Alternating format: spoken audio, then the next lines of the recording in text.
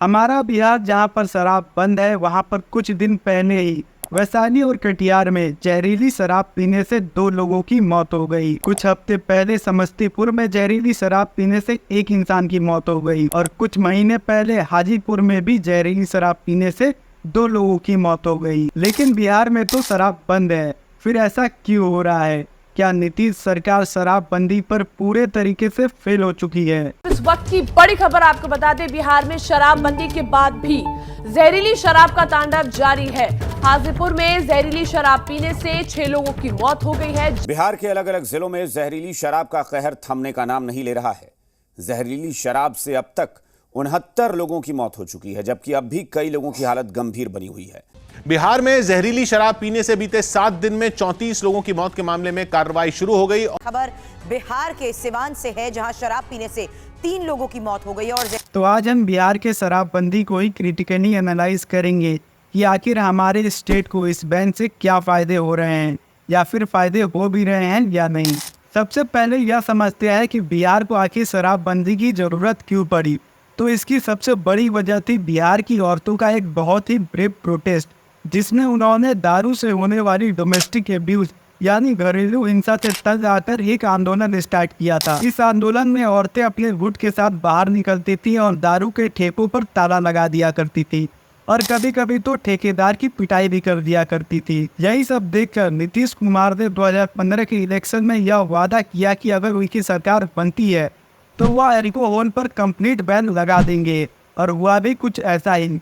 1 अप्रैल 2016 को सीएम नीतीश कुमार ने अल्कोहल पर कंप्लीट बैन लगा दिया। अब ऐसी बात भी नहीं है कि बिहार कोई भारत या फिर दुनिया का पहला ऐसा राज्य था जिसने अल्कोहल पर कंप्लीट बैन लगाया था। 1919 में यूएस ने भी अल्कोहल पर कंप्लीट बैन लगाया था, जिसके बाद यूएस में अल्कोहल की मैन्युफैक्चरिंग एंड डिस्ट्रीब्यूशन सब कुछ अंडरग्राउंड हो गया और धीरे धीरे स्मगलिंग और अल्कोहल माफिया भी डेवलप हो गए, जिसके बाद 1933 में यूएस ने इस बैन को हटा दिया। फिर से यहाँ पर यूएस का वोटिव बैन को लेकर तो बहुत ही अच्छा था, लेकिन सच्चाई यह है कि जब भी किसी चीज़ पर बैन लगती है तब उस चीज़ की ब्लैक मार्केटिंग स्टार्ट हो जाती है।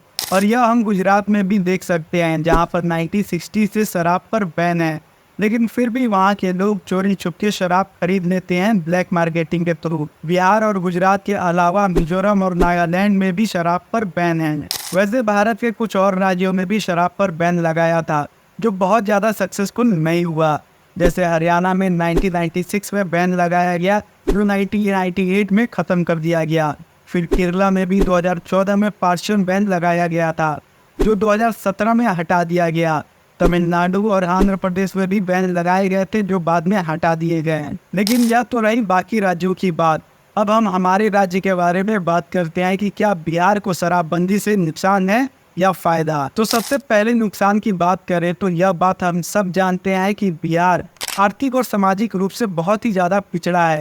बिहार का जीडीपी पर कैपिटा भी बहुत ही ज़्यादा खराब है, जिसके वजह से पहले से ही बिहार सरकार को टैक्स रेवेन्यू बहुत ही कम मिलता है बाकी स्टेट के मुकाबले। और इसी बीच जब से यह शराबबंदी लागू हुई है, तब से बिहार सरकार हर साल 4000 करोड़ का टैक्स रेवेन्यू गंवा रहा है। अब जब भी किसी चीज़ पर बैन लगता है तो उस चीज़ का ब्लैक मार्केट डेवलप हो जाता है, जैसा कि हमने पहले ही यूएस में देखा है। वैसे ही बिहार में शराबबंदी के बाद शराब माफिया पैदा हो गए हैं। 19 दिसंबर 2023 को एक बिहार के सब इंस्पेक्टर को शराब माफिया ने गोली मार दी, जब वह उनकी कार की तलाशी लेने गए थे। और कुछ आर्टिकल की माने तो बिहार में ऐसी खबरें बहुत ही ज़्यादा आम हैं।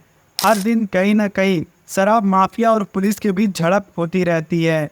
यानी यह कहना गलत नहीं होगा कि बिहार में शराब की एक इंडस्ट्री चल रही है, जिसकी वैल्यूएशन हजारों करोड़ों में है।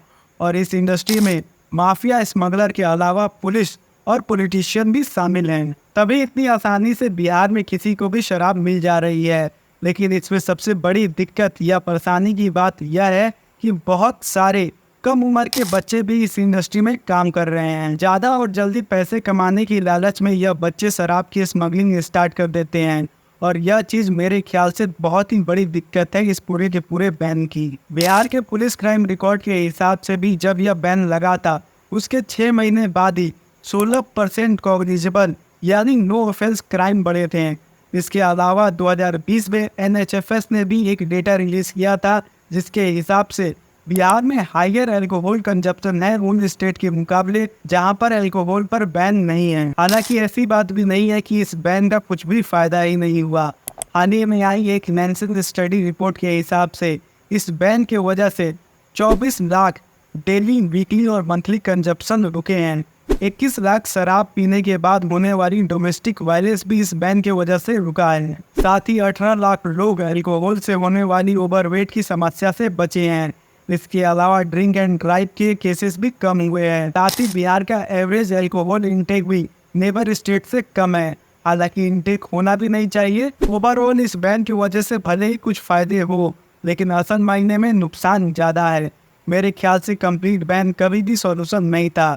गवर्नमेंट को एक रेगुलेटरी बॉडी बनानी चाहिए थी जो जहरीली शराब पीने वाले और बनाने वालों पर कार्रवाई करती, पर इसके जगह पर बिहार सरकार ने कंप्लीट बैन लगा दिया, वह भी बिना किसी तैयारी के, जिसकी वजह से आज शराब माफियाओं ने बिहार में अपने पैर जमा लिए हैं और जहरीली शराब पीने से हर महीने किसी न किसी की मौत तो हो ही रही है। खैर, यह तो मेरा ओपिनियन था शराबबंदी पर। आपका क्या ओपिनियन है शराबबंदी को लेकर, हमें कमेंट बॉक्स में जरूर बताएं।